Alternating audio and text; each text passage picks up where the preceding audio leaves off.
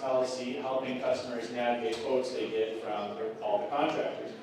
Really fun fact about Xerxes is he is also a physics professor. He's a PhD in applied physics materials.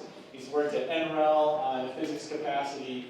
He knows more than all of us in this room by tenfold, probably. Not true. But he has a really interesting perspective of seeing a lot of quotes and being a bit more in the customer's lens as a business, helping them out. So without further ado, here you go. Thank you, Brent. Thank you, organizers, and thank you all for attending. I am really, really excited to be talking about heat pumps. I kind of didn't envision heat pumps as my go-to for the future. Thank you. I will keep it very close. And I'm going to talk about the customer point of view today. And why is this a passion for me? Well, not too long ago, I had a heat pump installed in my house, and Mike, thank you, wherever you are, for setting this up so well, because it was a horrible installation. And many of you probably already know that servicing a heat pump that you did not install is usually something you don't want to do, especially when the customer is complaining about how it doesn't work. So that was my situation, and so multiple technicians came by my house from several companies, and eventually I got to a quote of about $5K. And I said, okay, well, I can buy the tools, I can do the things, I can learn everything, I can get my certifications, and lo and behold, I fell in love with heat pumps. It was really fun to work in these things. I love turning wrenches, and so that evolved into helping everyone else navigate their heat pump journey, the labyrinth, the maze of options, the different technical jargon, and to make it simple for my neighbors to understand. And I had this vision when I put this talk together that that particular installer would be in this room, and I know that they are not here. You are the experts. You are already on the curve. And so I think it's being recorded. So this is for some folks who may not be here today, and a little bit of just general advice, good practice on how to treat your customers. And what else? Let's get going here. So why are heat pumps such a big deal? Well, if you read the headlines and if you just Google it real quick, you're going to see really nice pictures about a happy planet, right? We're going to solve climate change. This is a big part of the electrification of everything, movement, and it is not just a U.S. thing. It actually we are a little bit of a late comer in the developed world. It is huge in Europe, right? So they're decades ahead of us with 60-70% adoption. So, but in the U.S., what's really motivating a lot of people these days is, well, there's just a wave of money and incentives being thrown at this problem with the underlying that this is good for the planet, right? So we're doing good things. This is noble work, and our government is supporting that activity in our businesses, in our homes, and across the country. So, yeah. All right, so let's just take an example here. It's winter time. This particular customer lost heat. They had an old radiator system. It's broken. It's an old system. They've been ignoring it for a long time. They want a heat pump. They heard this is the latest thing. They're into it. All right, let's get some quotes, and let's do this. Your company, let's just say you look at the heat pump. They got a 1,500 square foot home, 1950s cinder block construction. It's not too leaky. It's not the best, but the insulation's poor. Cinder block. Right, timeline is now. We want it now. It's cold, and we need a heat pump now. So you assemble a bid for a 5-zone split air source heat pump system. What's your price? Right, so this is the activity. We're going to all share what we think a price for a 5-zone midwinter install is going to be, and we're going to just educate each other on what we think that would be. Okay? And I'll share the results as soon as we see them here. There we go. Should be playing. Is it playing? There it is. Okay. So if you just go to slido.com with your phone, 3342415, enter that in, and it's anonymous. Yeah, there's a QR code too. It's easier than typing. Kind of enjoy this. Oh, I got 28, 29. Oh, Ryan, participation is excellent. Much better than some of my classes. Nobody's sleeping yet, right? Nope. Nope. All right. Good. 59, 60. Okay, we do max out at 100. I got the free plan. You know, I'm not, it's like, you know, they pull you in. Hey, it's free now. But not 66, 68, 73, 74. I think we might have majority rule here. Let's see, 76. Give everybody just a few seconds. It's just a radio button with a number. Just push it. 78. Can we do 80? 79. One more. Oh, the suspense is killing me. I want to see what everybody said.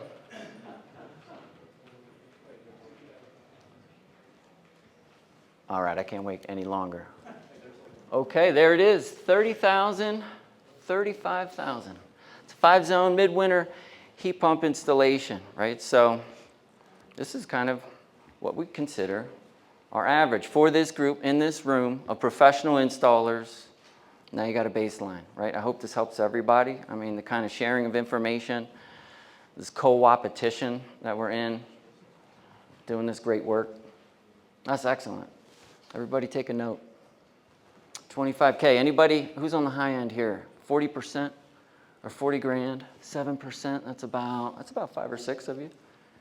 Who's on the low end? Same 20K. Nobody said much less. Huh? Okay. That's interesting. Does this look reasonable? Yeah? It's kind of a nice bell curve, actually. That was better than I thought. I didn't know what we get. That's great. Now that same customer, you have an opportunity to ask one more question.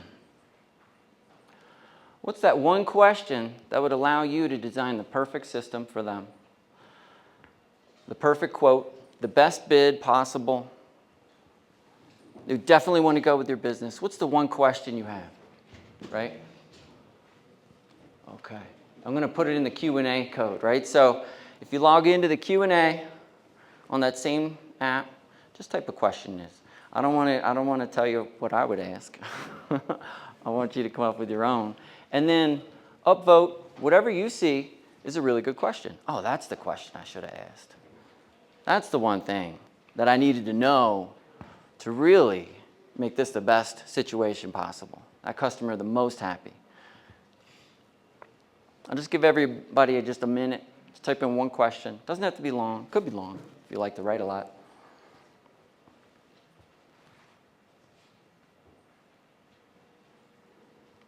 Nice. This is when I encourage you to look at your phone, not at me. I think so. Let me see if I can. There it is. Yeah, great. Yeah, sorry about that. I meant to put it on every slide. And that's good. And just take 60 seconds to skim through those questions that everybody else posted, and just thumb up whatever you think is that one question. Oh, that's if it's better than yours, or they're the same. Maybe it's just worded a little better, a little different.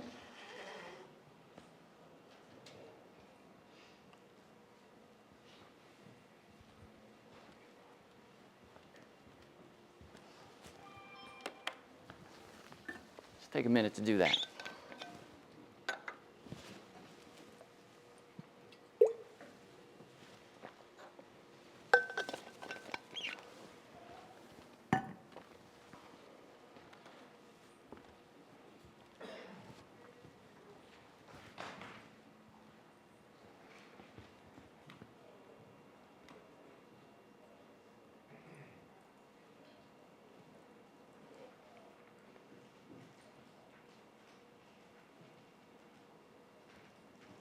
All right, let's do just 10 more seconds.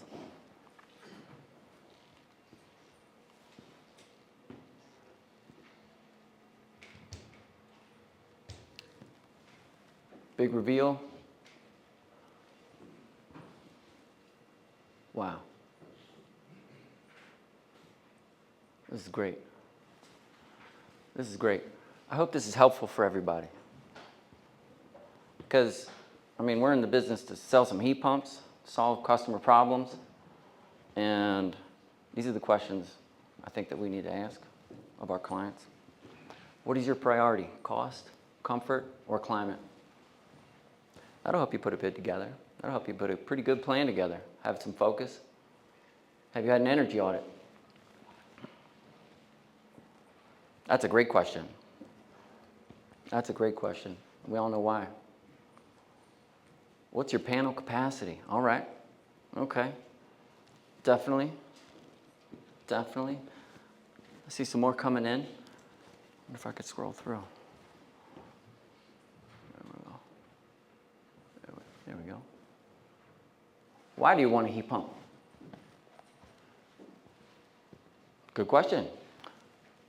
Have you had an energy audit conducted or have weatherized your home recently? Awesome. Kind of lines up with the home energy audit. What's the current annual energy usage for heating? Yeah, can you share your energy bills with me? I can whip up your load pretty quick with those numbers. There's a good one. Would you be open to using temporary heat source while we design a permanent solution? Fantastic. Fantastic question.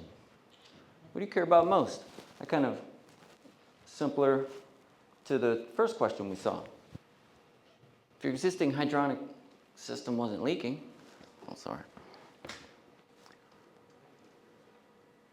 was it comfortable? What are your heating and cooling goals? What's your primary concern? Let's see that one again, just for completeness here.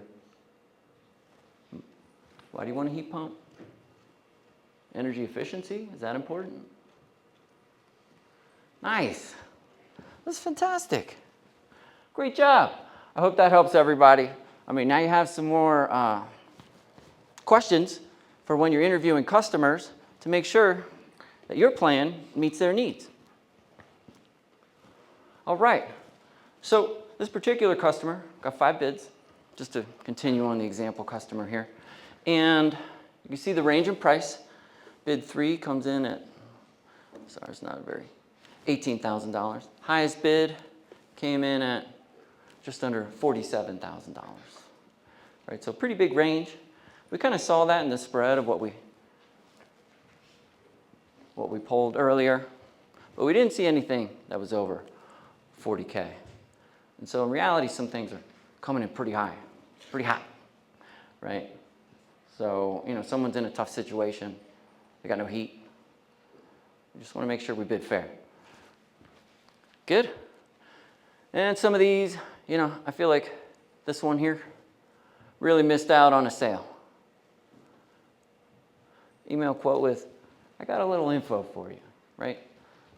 But not enough information to make a decision, right? And that's important. You want some information, kind of the basics, but without overwhelming them. Okay, so this particular customer was overwhelmed with choices, dizzy with variations, and confused by the pricing, right? Every one had a different price and a different explanation of how their pricing worked. And so they got one furnace quote and got a single stage furnace replacement. High efficiency, you know. That's the story. That's what's happening. People are getting confused. And I don't know if any of your customers have been overly confused. I hope not. So these drivers of customer confusion, we're talking about extreme pricing variety. The designs are all over the map, right? All the different manufacturers, the different plans, the different setups. TMI in a lot of cases, either too much or too little. But what's the sweet spot? Where can we really meet the customer where they need to be met? And the range of incentive presentations, I mean, there's no standard on how you're going to show them the discounts and the government and the city and the local state. Does their HOA have a discount too? I mean, look, it's, and that follow-up conversation, so critical. Okay, so just the basics. This is, any Google search will give you this, but I just had to put it in here, and that's why this is for everybody who watches it later, but product details, brand, model, benefits of this system, right? These are things that the bids need to include. It's hard to compare apples to apples when you don't even know if it's an apple, okay? Then you have pricing, transparent pricing, sometimes including potential savings. Maybe that's how you do it, right? There's some customization there and a clear breakdown before and after rebates. Because some people don't include the rebates and some cut them off the top and you don't know if it's included in what way, which rebates. So the clarity around the rebates, if you're including those. Service terms, right? Clear explanation of the installation, maintenance, and service terms. This is pretty important. What they can expect the day of and afterwards. And then warranties. The manufacturers and your warranty if you offer an additional warranty. Just some kind of fundamentals for each bid pricing here. Okay. Oh, this is my slide to that one contractor who's not here today. But please design the condensate system. Take some care, you know. Cleaning out black mold was not the favorite part of my summer. That was not fun. And then electrical to code. If I find out there's a fire hazard in my house, you did a bad job. You know what I'm saying? That's just hello. And I'm not even going to talk about the rest, but I know you all do your best. And so this is just a segue to quote your best, right? So if you're quoting your best, your customer will be confident in your confidence. And so why do we quote this good, better, best system? And you know, I was going to take a poll who's doing good, better, best, but I didn't want to set y'all up because I'm just going to disagree with good, better, best generally. The reasons that we're told are it empowers homeowners with choices, right? Well, some homeowners really like that. Takes the pressure off the technician, right? You don't have to sell a more expensive system to hit your quota or your income. Then offers different levels of product, service, efficiency, warranty, and pricing, right? That's a lot of different levels to include, and it often confuses the customers with too many choices. And let me explain why I think it is confusing customers, right? So, good, better, best, right? If we were one company providing one quote to one customer, this is probably good. This is probably decent. But I would argue that we should all do our best, just every time. The best service, the best warranty. And there's reasons that economically customers may not elect for the best. But can your best solution for their budget be predicted, right? With that question we asked earlier. But here's where the confusion lies, right? So your bid madness starts when you come in. You're the second company in here. You give a quote. You're good, better, best. Company A gave good, better, best. B, good, better. 15 proposals, right? So that customer all of a sudden has 15 proposals that are good, better, and best. It starts to become a little daunting to navigate which one to go with, especially when each company has a different system, right? One is dual fuel, one's not dual fuel. But let's layer on another bit, right? So within each one of those proposals, if you assume a good proposal here, brand, model, SEER, heating, season, performance factor, layout, service, warranty, add-ons, price, right? Multiply that up. That's 135 items to compare. That's pretty daunting. I mean, you need days to sort that out. Your Google engine is going to burn out. So,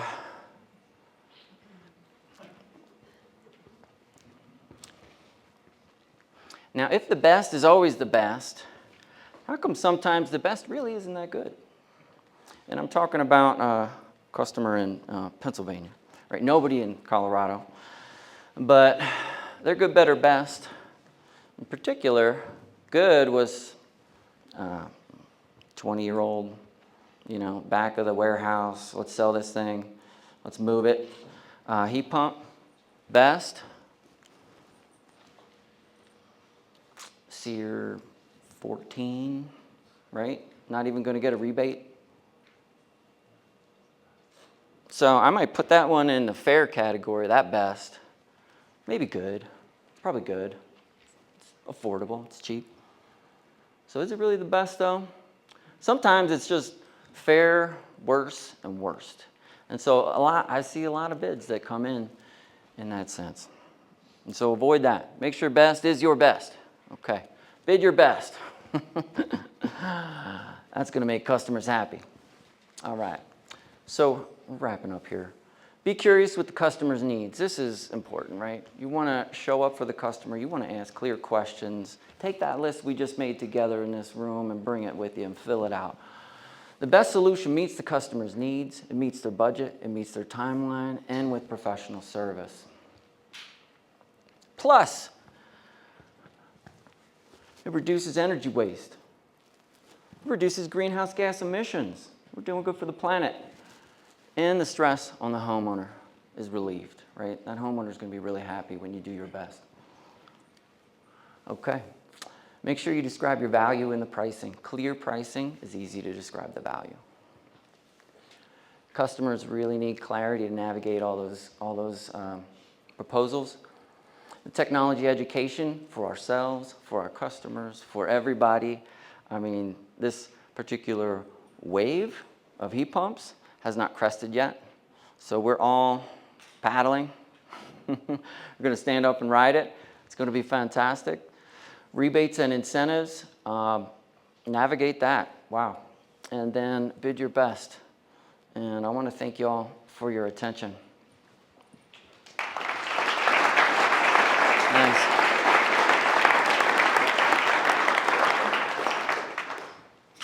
Yeah. A couple minutes. I could take any questions if you hadn't typed them in too. Yes, sir. So I totally agree with everything you said. How do you handle the time involved to spend with people to do the load counts and all that? Do you charge an evaluation fee? Do you do free estimates? So I didn't talk about load counts, but in terms of asking questions to the customer, certainly practice. Make sure they have it on the ready. You might do a pre-form where they can fill out questions before you show up, right? Send them a job form or an email, right? And that saves you time because they're filling out answering the questions when you're, home playing with the kids. It's excellent. Yes, sir. Do you have any?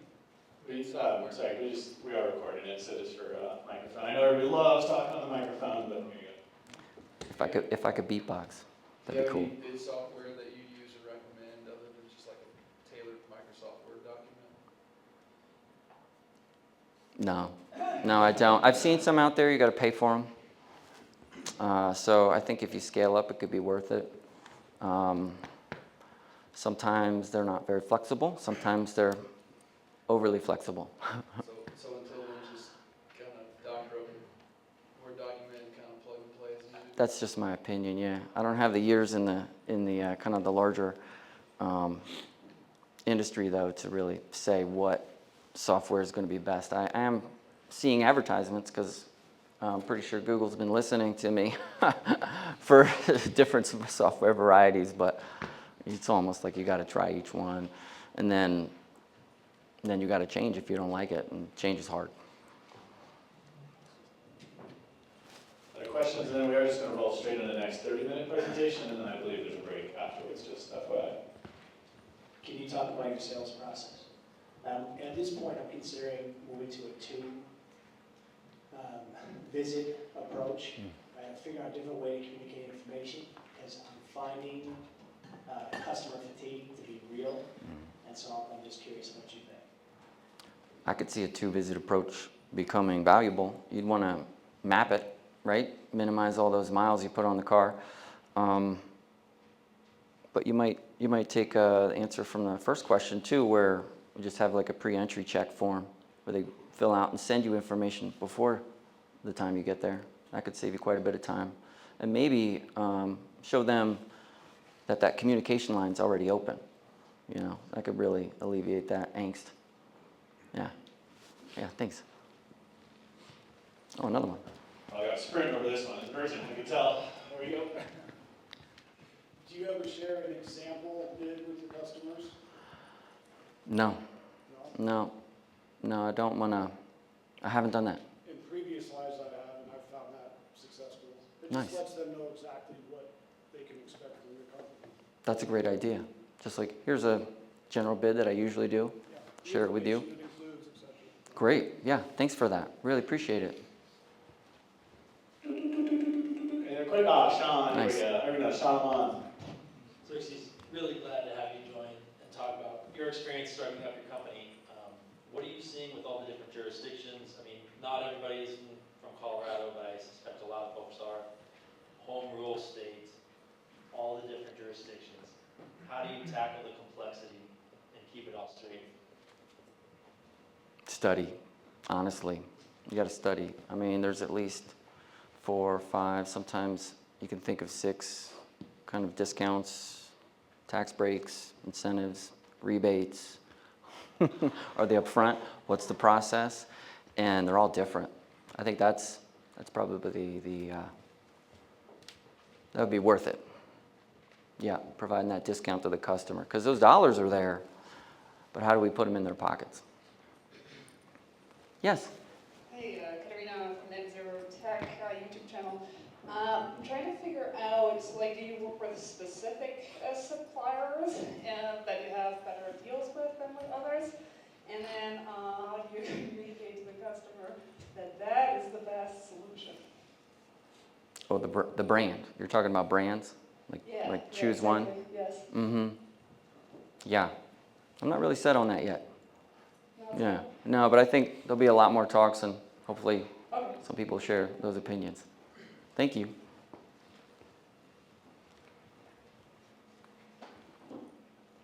You've had a good take on questions, not a shy room here, it's good. Thanks a lot, Brent.